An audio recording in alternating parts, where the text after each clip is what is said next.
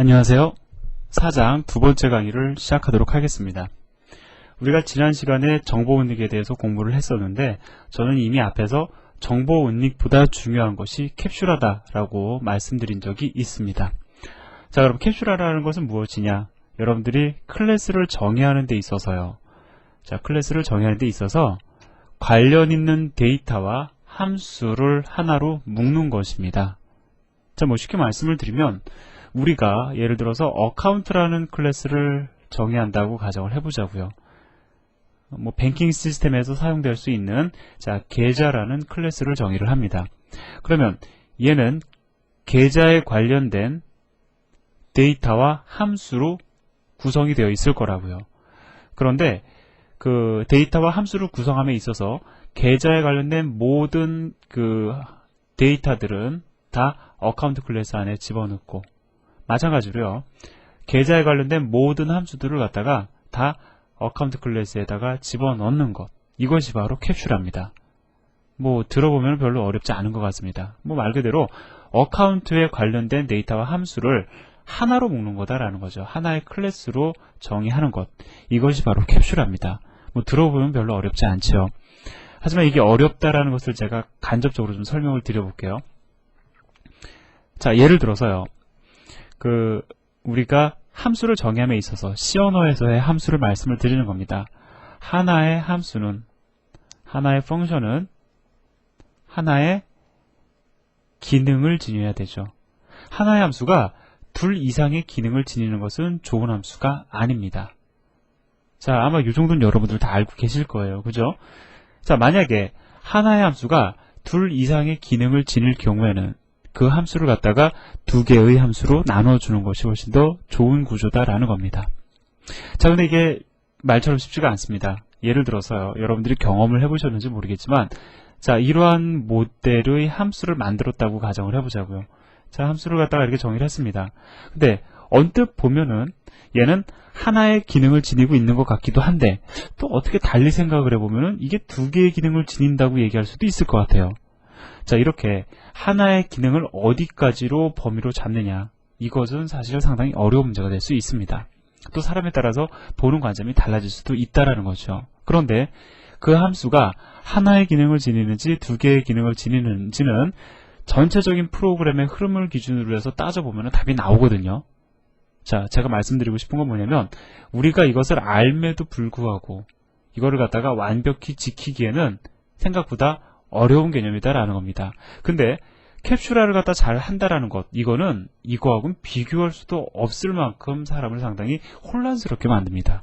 내가 클래스, 예를 들어서 어카운트라는 클래스를 정의를 해요.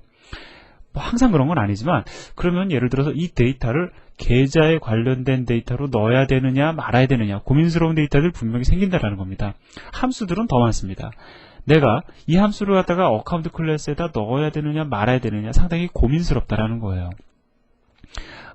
대략적으로 캡슐화를 하기 위한 기본적인 힌트를 제가 드릴 수는 있겠지만, 지금 제가 여기서 그걸 말씀을 드리는 거는 오히려 여러분들 생각하는 데 있어서 방해가 될 수 있을 것 같아서 제가 어떤 요령이라든가 이런 것에 대한 설명은 지금은 절대 안 할 겁니다. 나중에 제가 OP 프로젝트 진행하다가 간혹 말씀을 드릴 수 있을지 모르겠어요.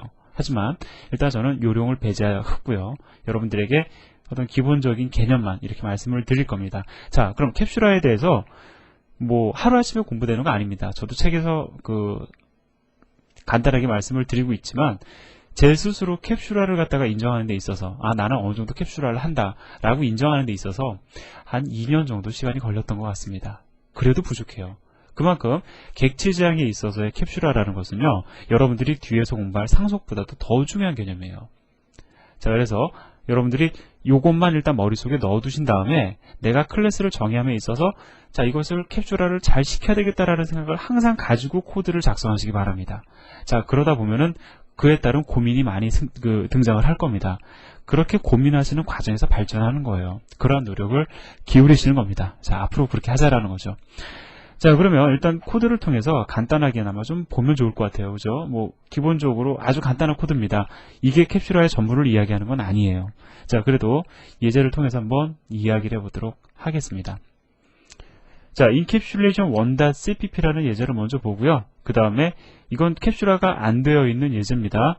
이 예제를 먼저 보고 그 다음에 캡슐화가 잘 되어 있는 예제 encapsulation 2-pp를 볼 겁니다. 그리고 왜 캡슐화를 해야 되는지를 제가 말씀을 드리도록 하겠습니다. 먼저 이 예제를 보도록 하죠.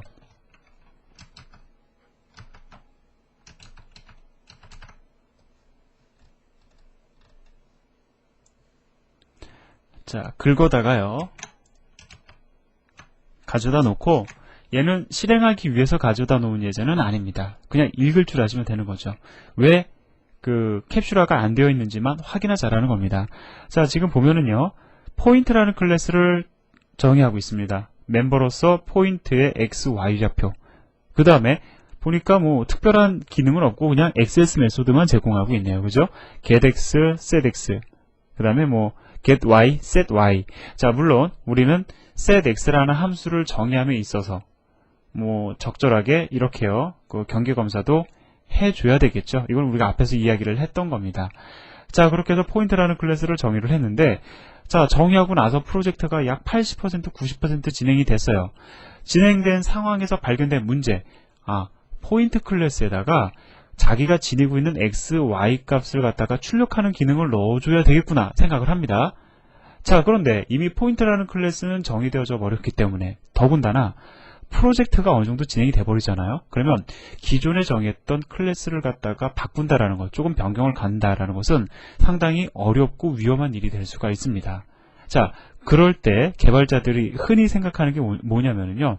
바로 출력이라는 기능이 지금 없는 거잖아요. 그죠? 그 기능을 위한 클래스를 하나 정의하기에 이릅니다. 자, 보시면은 자, 포인트 show라는 클래스를 정의하고 있어요. 자, 그리고요. 포인트 show라는 그 클래스는 멤버로서 show data라는 함수 하나를 지닙니다. 얘가 하는 일은 뭐죠?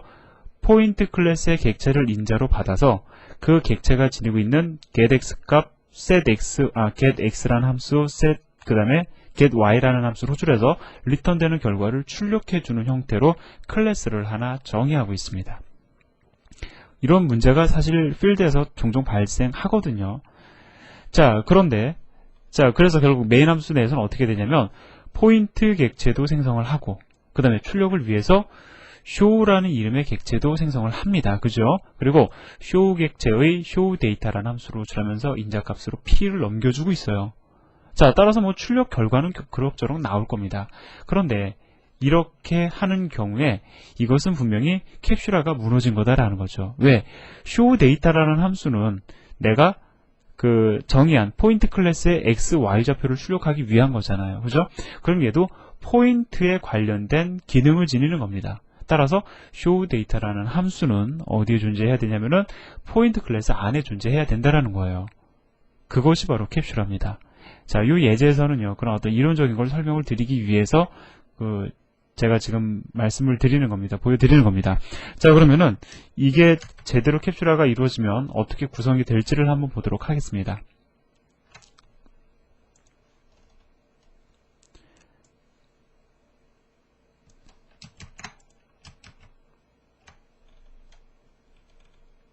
사실 이 예제만 보면은요, 캡슐화가 상당히 쉽게 느껴집니다.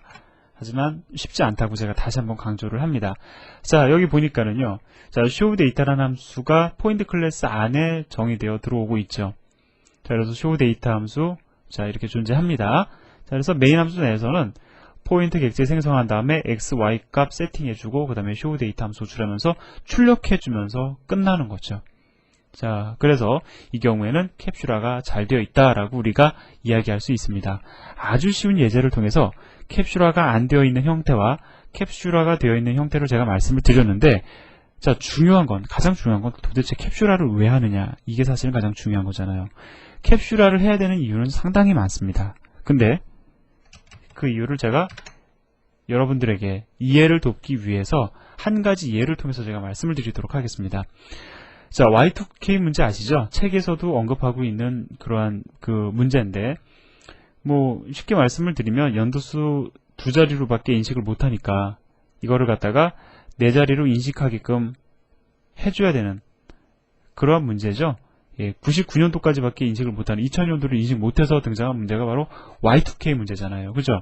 그래서 그때 가장 그 고민이 되었던 거는 지금 연도수를 갖다가 두 자리로 표기를 하는데 이거를 갖다가 네 자리로 표기하는 형태로 바꿔야 된다는 그런 부담감이 있었다라는 거죠. 근데 여러분들 한번 생각해 보세요. 연도수를 나타내는 데이터가 두 자릿수에서 네 자릿수로 그냥 단순히 바뀐다고 해서 뭐 그렇게 어려울 게 있느냐 생각해 볼 수 있겠죠. 어려운 문제가 한두 가지가 아닙니다. 이건 아주 어려운 문제예요. 왜 그런지 한번 볼까요? 자, 어느 정도 가정을 하겠습니다. 왜냐하면 우리가 코볼을 아는 것이 아니고 그 다음에 이것은 시스템에 따라서 다른 문제이기 때문에 조금 쉽게 제가 이야기를 추상화해서 말씀을 드릴게요. 예를 들어서 은행에 가보면은 입금이라는 기능도 있고요. 그 다음에 출금이라는 기능도 있을 거라고요. 그죠? 뭐 한 가지 더 만들어 보면은 입금, 출금, 그 다음에 뭐 계좌 이체 뭐 이러한 기능들이 있습니다. 자, 그리고요, 가정을 합시다. 물론 이건 아주 복잡한 그 비즈니스 로직에 의해서 처리가 되어야 되는 기능들이지만, 자, 은행에서는, 은행 시스템에는 입금을 위한 함수가 존재를 하고요. 물론 전역 함수입니다. C스타일이라고 여러분들 생각을 하세요. C스타일 코드입니다.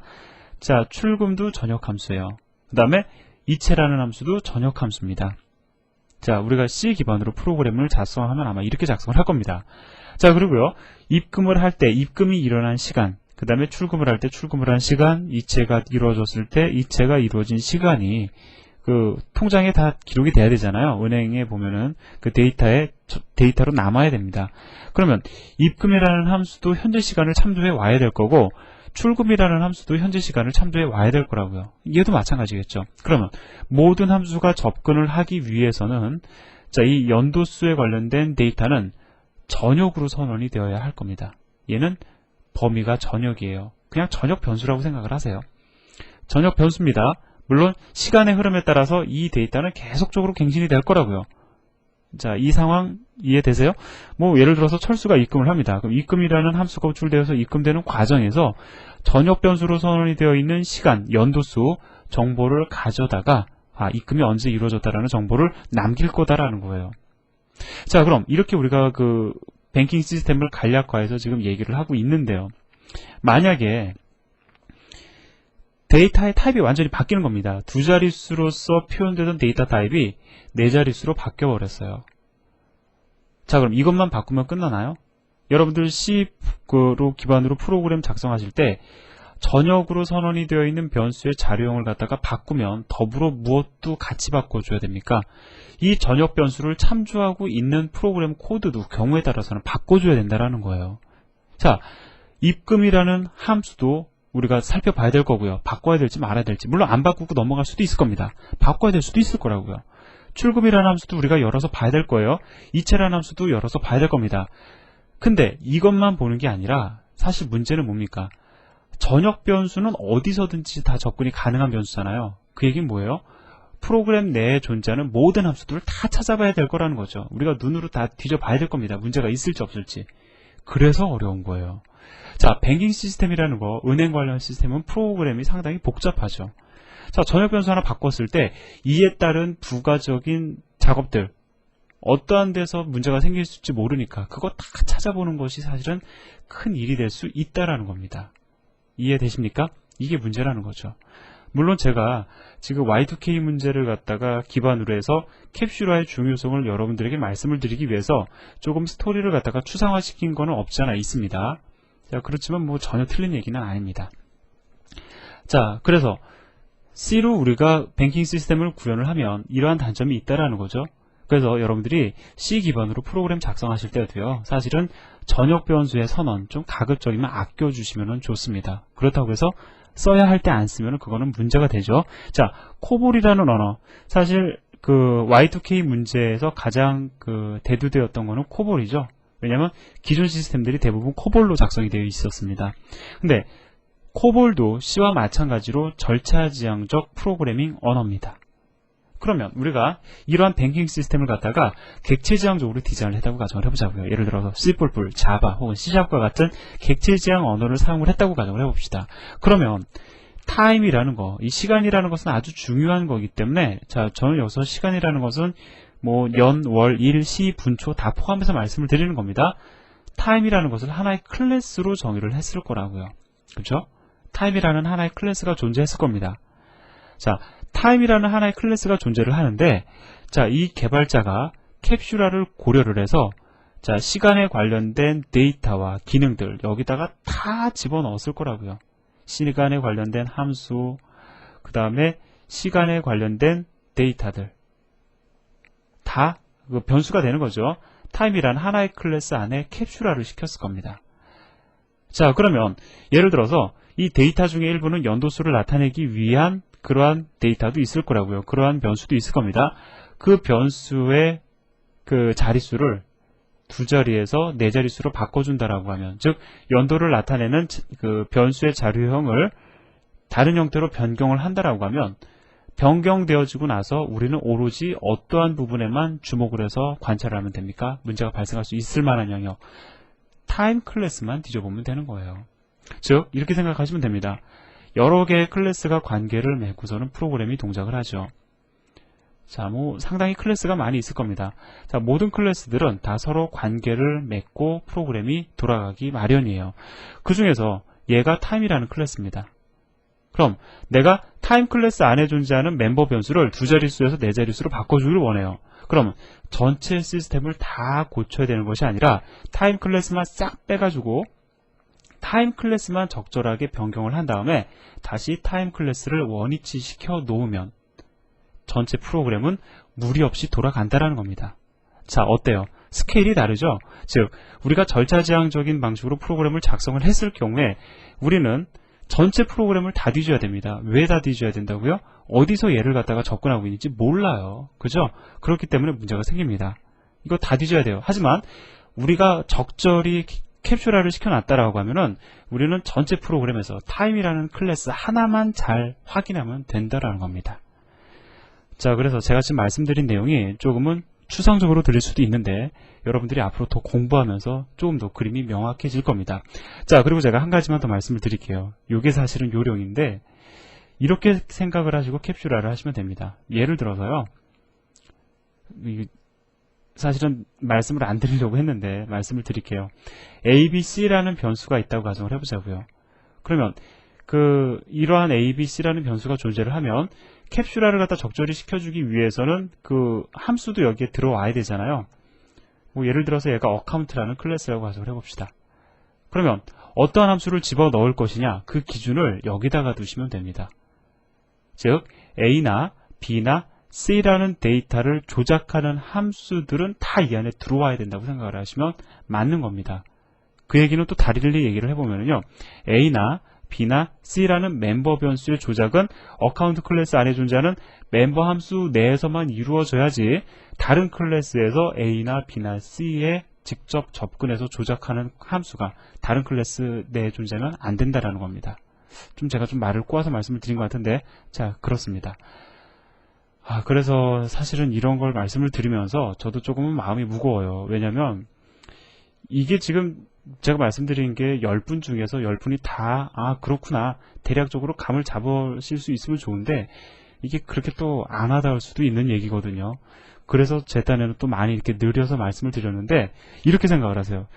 제가 말씀드린 내용 중에서 대략 저 사람이 이야기한 내용에 내가 30% 정도는 공감이 되는 것 같다라고 생각이 드시면 일단은 여러분들 스스로 오케이다 라고 생각하시기 바랍니다. 그리고 당분간은 캡슐화를 갖다가 해야 되는 이유 30%만 동의를 하신다라고 하면요, 그 30%의 동의를 가지고 가급적이면 캡슐화를 하려고 노력을 많이 기울이시기 바랍니다.